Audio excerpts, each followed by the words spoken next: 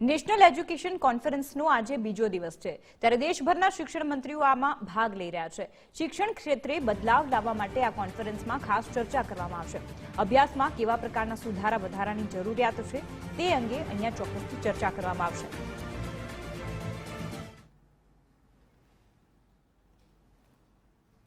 सभ्यता के लिए महत्वपूर्ण परिबल ये सबने स्वीकृत किया है। नई शिक्षा नीति भी आने वाले कल और नया भारत का दस्तावेज बन चुका है। SSIP 2.0 आदरणीय भूपेंद्र भाई पटेल के नेतृत्व में पूरे देश में पहली बार हमारी इंटरनेशनल कॉन्फ्रेंस हुई थी। आदरणीय धर्मेंद्र प्रधान जी यहाँ आए थे, लेकिन SOS जाना पड़ा। उसमें हमने एक नीति बनाई जो प्राइमरी एजुकेशन के जो स्टूडेंट है वो भी SSIP 2.0 में उसका लाभ ले सकते हैं। पूरे देश में पहली दफा प्राइमरी से हायर एजुकेशन तक नई साइंस और इंजीनियरिंग में, और वो भी 35 साल के आयु के कोई भी युवा और युवती हो, पढ़ने के बाद भी उसको भी 2.5 लाख रुपया और माइंड टू मार्केट वहां ले जाने के लिए भी गुजरात सरकार ने 500 करोड़ का प्रावधान भी हमारे बजट में किया है। आपने यहाँ देखा कि 20 साल में गुजरात में पहले कैसी स्थिति थी और नरेंद्र भाई के नेतृत्व में बहुत इनिशिएटिव लिया गया। कल आपने भी हमारे साथ सब देखा है, और यहाँ फिल्म जो बताई गई उसमें भी आपने देखा समस्या और उसका समाधान। वो हमारे विजनरी लीडर नरेंद्र भाई की कार्यप्रणाली रही है। आउट ऑफ बॉक्स देखने का नजरिया। हम रक्षा शक्ति यूनिवर्सिटी, फॉरेंसिक यूनिवर्सिटी हम कल गए थे।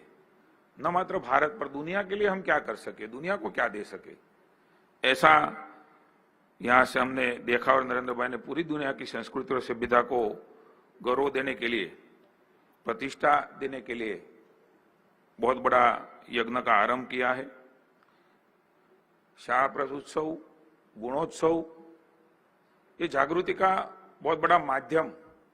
कन्या केळवणी यात्रा, ज्यादातर कन्या को नहीं पढ़ाने का एक नजरिया रहता था, उसमें बदलाव कैसे हो, समाज कैसे जुड़े, लोक भागीदारी कैसे हो, एक ऐसा माहौल। मुझे कहते हुए खुशी है कि आदरणीय भूपेंद्र भाई के नेतृत्व में धर्मेंद्र जी 2 साल कोरोना के बाद इस बार हम 21, 22, 23 जून शाला प्रवेशोत्सव करने जा रहे हैं। पूरे अधिकारी, पूरे मंत्री, पूरे प्रतिनिधि शाला में जाते हैं और वहां सबको, जो बच्चे हैं उसको स्वागत करना, एक एटमॉस्फेयर बनाना, जागृति, उसके लिए एनरोलमेंट भी 100% हुआ है और ड्रॉप आउट रेशियो भी कम हुआ है, और उसके फल भी हम देख रहे हैं। नेशनल अचीवमेंट सर्वे में भी गुजरात वो आगे है।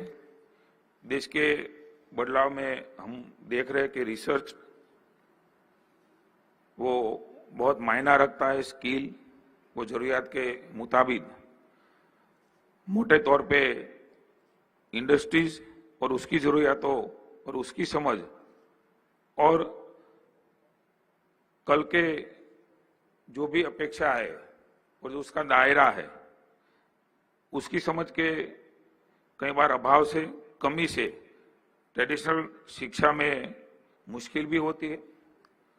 उसमें भी हमारे भारत सरकार ने बहुत इनिशिएटिव कदम लिए हैं। मैं आप सबका स्वागत करता हूं। ये कॉन्फ्रेंस एक नई ऊर्जा, नया उत्साह और नई दिशा पूरे भारत में मैं और आप सब अपने काम में लगने वाले हैं। मुझे पूरे भरोसा है कि ये कॉन्फ्रेंस बहुत अच्छी तरह से हम सब सम्मिलित होके आने वाले भविष्य, आने वाले कल, वो हमारे बच्चे हैं, वो समाज का दायित्व निभाने वाले हैं, तो किस तरह से उसको सब नजरिए से देखे तो अलग अलग सोच, अलग अलग दिशाएं, अलग अलग विचार, उसको सम्मिलित करते हुए हमारे पास जो दायित्व है, मानता हूं वो सबसे बड़ा दायित्व है शिक्षा।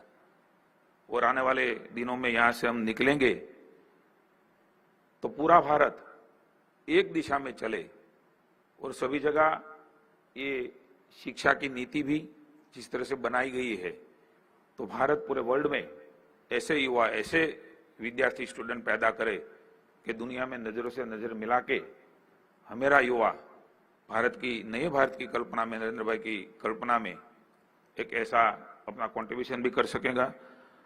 फिर से मैं धर्मेंद्र प्रधान जी का आभार प्रकट करता हूं, धन्यवाद प्रकट करता हूं, आप सबका स्वागत भी करता हूं। सब यहाँ आए हुए डेलीगेट्स का भी स्वागत करता हूं गुजरात की ओर से। धन्यवाद। भारत माता की जय। जय जय।